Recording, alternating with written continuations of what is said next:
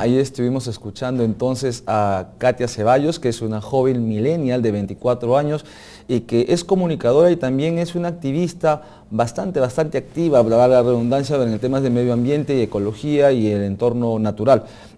Vamos a continuar con estos programas, pero antes queríamos recordarles a nuestros televidentes que pueden seguirnos a través de nuestras redes sociales, en la cuenta de Twitter, @agencia_andina, y también en nuestro perfil del Facebook. Nuestra primera invitada en este programa tenemos a la señorita Nancy Arellano. Bienvenida, muchas gracias por acompañarnos en este programa. Ella es comunicadora política de Politin.p y ha realizado diversos estudios, diversos informes acerca justamente del joven, ¿no? Del joven actualmente y cuál es su rol en la sociedad. Ya hemos visto algunas de sus opiniones en el reportaje y queríamos saber, el millennial exactamente es el joven que no, digamos que ha nacido en un periodo de tiempo y que tiene educación universitaria y técnica, o también son aquellos jóvenes que debido a circunstancias sociales o políticas o económicas no han podido estudiar y no tienen una instrucción debida. No, absolutamente. Se trata de una generación que se diferencia en sus posturas, pero no es menos cierto de que es una generación diversa. O sea, como bloque puede identificarse de forma diferenciada de los bloques anteriores, de los baby boomers o de la generación X, porque es un bloque mucho más diverso. Entonces, cuando encontramos estos grados de diversidad, de diferenciación, de individualidad tan marcados, decimos, ok, no pertenecen a la generación X, no pertenecen a la generación de los baby boomers, que son millennials, y los millennials primero son diversos. Nosotros podemos, bueno, a nivel etario hablar de que son los nacidos después de 1980, pero la caracterización de esta generación se da más por sus aptitudes, sus actitudes hacia determinadas problemáticas sociales, hacia determinada forma de manejar los asuntos personales o su postura ante, bueno, los hechos económicos, los hechos políticos, etc. Nosotros hemos podido observar similitudes entre el millennial latinoamericano y el millennial, bueno, estadounidense, el millennial europeo.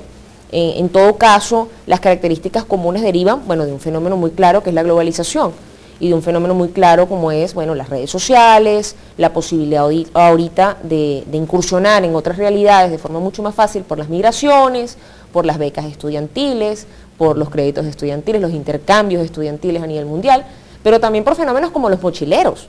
Claro. Por fenómenos como Couchsurfing, que es una página donde tú te inscribes y puedes irte de mochilero y alguien te presta su sofá para que duermas allí. En cualquier punto ese millennial puede no tener estudios universitarios y es millennial. Entonces, yo he encontrado muchachos, por ejemplo, de Ayacucho, que me han contado cosas como que, por ejemplo, iba a hacer una tesis, pero la tesis la iba a hacer en quechua. Iba a hacer la tesis en quechua y él sabía que parte del jurado evaluador no hablaba quechua, pero es mi derecho hacer mi tesis en quechua. Esa actitud contestataria, esa actitud desafiante hacia la autoridad es propia del millennial. El millennial no cree en las estructuras verticales, cree en las estructuras horizontales y cree que todos somos iguales. Ahora, ubicando a los millennials en este proceso electoral, es un poco contradictorio pensar en ellos que son activistas en temas muy específicos, como por ejemplo, de pronto, protección a los animales, protección al medio ambiente, también acerca de los usos de las tecnologías, las redes sociales, etcétera. Pero, ¿cómo comprender que ellos están tan activos en estas actividades, pero no participan directamente de la política? Porque hay un divorcio, justamente la política latinoamericana todavía permanece como una estructura muy rígida, muy vertical, entonces aleja en ese sentido. O sea, estamos hablando de que es el paso del militante político al activista político. El activista político normalmente pertenece a ONGs o estructuras de incidencia social. En el caso peruano, además, hay una alta informalidad en lo que son las agrupaciones que persiguen objetivos sociales. Esa informalidad hace que estén aún más lejos de constituirse en actores políticos independientes, sino que se mantienen en la esfera social sin en realidad un impacto importante o medible porque no está formalizado y no ha buscado acercarse, o no se han acercado tampoco desde el poder, a estas estructuras para engranar, ¿no? Hay unas propuestas de, por ejemplo, la Sociedad de Bienestar, que es la propuesta, bueno, ya un paso más adelante del Estado de Bienestar Europeo, que justamente propone que ese eje social logre articularse con el Estado y formar, bueno, reducir la carga, por supuesto, del Estado en responsabilidades, compartirla y crear una suerte de competitividad entre lo político y lo social, persiguiendo el mejoramiento, pues, de la sociedad. Partiendo, Nancy, de lo que nos comentas de ese divorcio que existe entre el Estado y los millennials, ¿cómo esto podría perjudicar al país y a nuestra sociedad más adelante, digamos, si es que el Estado no despierta e intenta acercarse a este grupo que ya sabemos que es bastante grande dentro de la sociedad, casi 30%? Así es. Bueno, como la pirámide demográfica en el Perú, pues es piramidal, ¿no? A diferencia de Europa, que tiene una pirámide invertida, por supuesto es muy preocupante que haya esa lejanía, porque vamos a encontrar, pues, un déficit en representación política. Y bueno, lo podemos ver en líneas generales cuando vemos todo el escenario actual y vemos, bueno, más o menos las edades, ¿no?, que tienen los candidatos. Hay personas de edad muy avanzada todavía participando, y esa ausencia de liderazgos jóvenes que conecten, también lo vemos en cómo se han movido las encuestas, ¿no? Y se movieron referente a determinados candidatos de forma muy rápida, como una reacción de, este puede ser algo nuevo, porque el millennial está buscando dónde o quién puede representar ese cambio hacia la horizontalidad. Y justamente los candidatos que han apenas coqueteado sobre ese tipo de políticas, han obtenido una rápida respuesta, muy inmediata y quizás un poco superficial. Entonces, ¿cuál es el peligro de cara a los próximos 5 años o 10 años? Que esa ausencia traiga un liderazgo superficial que aparezca únicamente en etapas electorales y que pueda tomar después decisiones desde el poder que vayan en perjuicio de las mayorías que estarían en este momento constituidas por millennials. Entonces, seríamos de alguna forma artífices de nuestra propia desgracia por el hecho de no lograr un engranaje dentro de la política.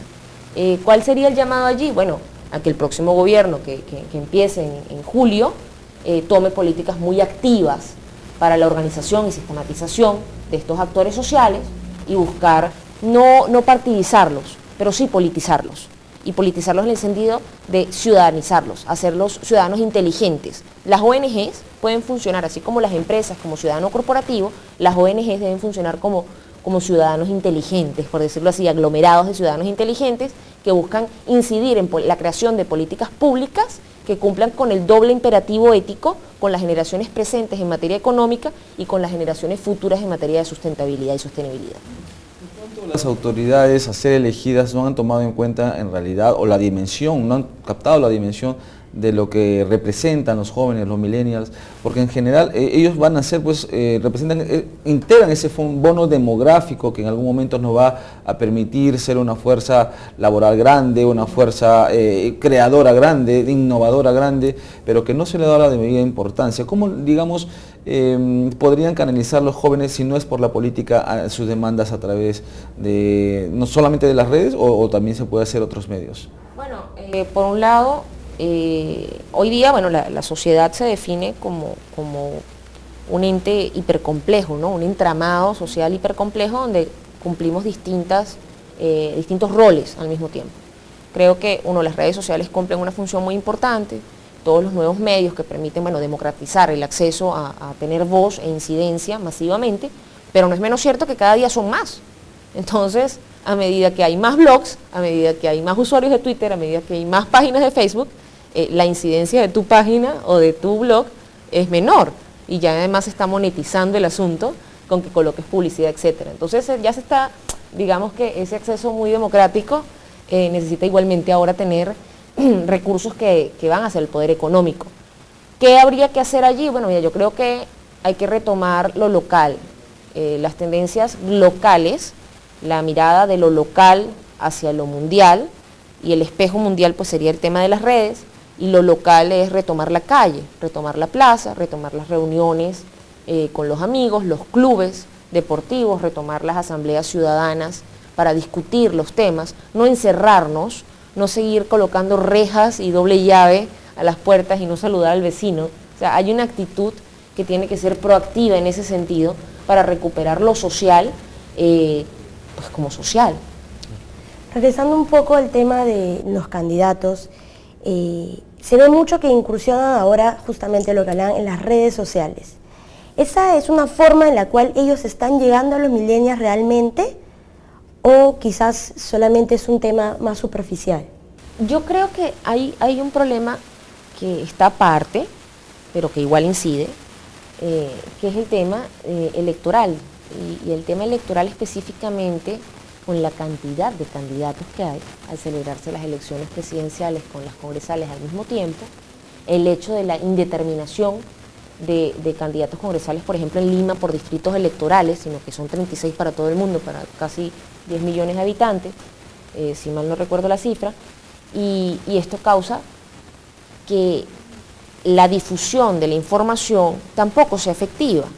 Ni puede haber una cobertura eficiente de todas las candidaturas en los medios, como tampoco puede haber un alcance eficiente a través de las redes sociales por la competencia pues, de tantas caras, tantas propuestas al mismo tiempo. Imagínate que por las 20 agrupaciones que empezaron, por 36, tenemos una cantidad absurda de candidatos. Eso causa que además el millennial, que tiene su vida, sus gustos, sus preferencias, y que tiene además su página pues con sus amigos, de repente empiece a brincar y filtrar contenidos y a decir, oye, no me interesa que me ocupen el 80% de mi fanpage con cosas de política.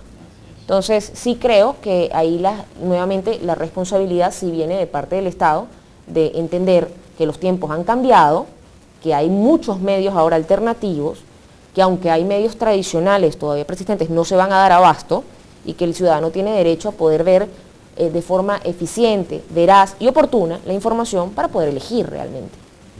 Bueno, precisa el diagnóstico y el perfil que está realizando Nancy Arellano respecto a los jóvenes millennials y su participación en la campaña electoral que probablemente pueda ser definitorio con su voto porque finalmente los jóvenes en el país representan el 30% de la ciudadanía hábil para emitir un sufragio. Antes de continuar con nuestra invitada, la señorita Nancy Arellanos, quería recordarles que nos pueden seguir a través de nuestras redes sociales en la cuenta de Twitter que es @agencia_andina y también en el perfil de Facebook. Bien, Nancy, nosotros al inicio del programa vimos un reportaje de una joven que estaba interesada en un tema muy específico y se había convertido en una activista sobre este tópico, ¿no? Que es el medio ambiente. Como sabemos, pues el mundo en general está sufriendo los efectos de este calentamiento global, el cambio climático, etc. ¿Por qué crees tú que los millennials están más sensibilizados con este tema? Bueno, por un lado porque hay mucho más acceso a la información, cosa que, bueno, antes no era así. Ha habido, bueno, grandes movimientos que se gestaron en el siglo XX, que iniciaron todo este tema del activismo, desde Amnistía Internacional, por ejemplo, que es una de las más antiguas en ese sentido, y que han venido pues estando muy en contacto siempre con los jóvenes, porque los jóvenes normalmente han sido los que están dispuestos, además porque tienen el tiempo de estar en la calle, de organizarse para ser más contestatarios, ¿no? Siempre se dice que los jóvenes son la vanguardia, ¿no? de su momento. En ese sentido, hoy día el tema climático, debido pues, al avance de la ciencia, de la tecnología y de la información, se ha venido entendiendo y comprendiendo cuáles son las consecuencias directas que tiene sobre la salud pública, sobre las posibilidades de producción futura, etc. Entonces yo creo que lograda la democracia en Occidente, se ha ido hacia la calidad democrática y hacia la calidad de vida. Y esta calidad de vida que viene a ser pues, la panacea de los millennials está constituida por muchos frentes, incluido el tema del deber ético, pues como me comentaba antes, con las próximas generaciones. ¿De qué sirve hoy explotar los recursos para que mañana no tengamos qué hacer? Y además hay una comprensión pues, de las consecuencias irresponsables derivadas de los ciclos económicos y del uso excesivo de determinados recursos. Hay fenómenos como por ejemplo las migraciones de tecnología energética, por ejemplo, donde encontramos ciudades, por ejemplo, abandonadas. En Chile, en Rusia, ciudades que están intactas y que fueron abandonadas porque ya el carbón pasó, Entonces, cuando se dio el paso del carbón al combustible fósil, hubo ciudades que perdieron sentido, ¿no? Porque la ciudad es un hecho económico. El millennial conoce ese tipo de realidades, vamos a decirlo, no voy a decir que todos, porque no todos están igualmente informados, pero sí hay unos liderazgos que han venido manejando mucha información y que han venido especializándose en sus áreas, como esta muchacha en el caso ambiental, Katia cuando nos Ceballos. comentaba de la Amazonía. ¿Pero cómo se llama? Katia Ceballos. Katia. La señorita Katia Ceballos, específicamente con el tema de la Amazonía, y ella se preocupa, por ejemplo, cuando habla del tema textil y dice qué vamos a hacer con el algodón, cómo vamos a competir con China, cómo vamos a competir con la mano de obra. Entonces, la actitud no es la misma, no es ser ecologista, no sé cómo decirlo, hippie, come flor, no, sino es que el millennial asume la realidad y dice, ok, bien, tenemos que buscar ser productivos, pero ¿hasta dónde y a costa de qué? ¿Y por qué es más importante mis necesidades que las necesidades del habitante actual de la selva? O sea, ¿cómo yo voy a ir a destruir su hábitat natural porque yo necesito satisfacer mis necesidades? Entonces, esa noción de lo injusto y lo justo, que es una lección histórica, está muy presente en los millennials. Y por eso creo que, bueno, han venido preocupándose por temas que antes no eran. Pues. Justamente a partir de esa preocupación, justamente Katia en el video también nos decía que ella quería propuestas claras sobre eso. Claro. Cosas concisas, que nos digan el cómo. En su caso, bueno, si vas a traer más inversión, dime cómo. ¿Qué es lo que va a pasar cuando traes más inversión? ¿A quiénes vas a perjudicar? ¿Cómo los vas a ayudar? Y eso, ¿no? Esa es una característica también de los millennials, que busquen las cosas claras. Claro, es que en el siglo XX se daban esas teorías de la representación democrática, donde ciudadanos no virtuosos eligen al más virtuoso para que los represente. Entonces, después venía el tema de la aporía, ¿no? ¿Cómo ciudadanos no virtuosos son capaces de identificar quién es el más virtuoso si ellos no son virtuosos? El siglo XX y finales del siglo XX y la entrada del siglo XXI nos demuestra que nosotros también somos virtuosos. Entonces, si nosotros somos virtuosos y estamos en capacidad a través del voto de elegir al más virtuoso, tenemos que empezar a identificar cosas reales. Y ahí vienen las preguntas, ¿qué, cómo, cuándo, dónde, por qué y para qué? Entonces, esa serie de preguntas que, digamos, eran la tablilla para los periodistas, y ha sido siempre la tablilla para los periodistas para reportar noticias, hoy día son la tablilla para la política. No basta con el hecho noticioso, el ciudadano juzga qué, cómo, cuándo, dónde, por qué, para qué y quién es el responsable. Porque ya se entiende que en el ciclo el Estado me quita a mí para agarrar para sí por un bien superior. ¿Vale? ¿Cuál es el bien superior? ¿Qué tan superior es? Y hasta dónde no me perjudica más bien a mí. Y ahí viene el gran debate de la legitimidad en el ejercicio democrático y términos como ahorita ya ni siquiera se habla ni de legitimidad ni de gobernabilidad, ahora se habla de gobernanza multinivel. Y la gobernanza multinivel implica justamente eso, que logremos la conexión entre lo local, lo global, entre la representación directa y la representación indirecta, que las políticas públicas sean reactivas, proactivas y prospectivas, y que el escenario es complejo, difuso, y que tienen que crearse nuevos, múltiples canales de comunicación con la ciudadanía para que el ejercicio de la política sea realmente legítimo y expresión pues, popular y ciudadana. Correcto. Bien, bueno, agradecemos entonces a Nancy Arellano, ella es comunicadora política de Politim.p, nos ha ayudado a hacer un diagnóstico, definir un perfil del joven millennial y finalmente hemos comprobado o llegamos a la conclusión pues que tiene un protagonismo, ¿no? Que debe ser tomado en cuenta por los actores políticos, los actores electorales, habida cuenta que representan casi un tercio de la población electoral en el país y que su participación en los comicios pues inclinarán en algún lado de la balanza cuando estemos por elegir a nuestras autoridades. Todo un reto del siglo XXI para la política peruana. Así es. Bien, le agradecemos nuevamente a Nancy y nosotros también, esta es la culminación de esta edición de Mirada Electoral con este bloque especial que se denomina una mirada al voto juvenil, los millennials, y nosotros estamos retornando en una próxima edición aquí en Andina Canal Online y su programa Mirada Electoral. Hasta pronto.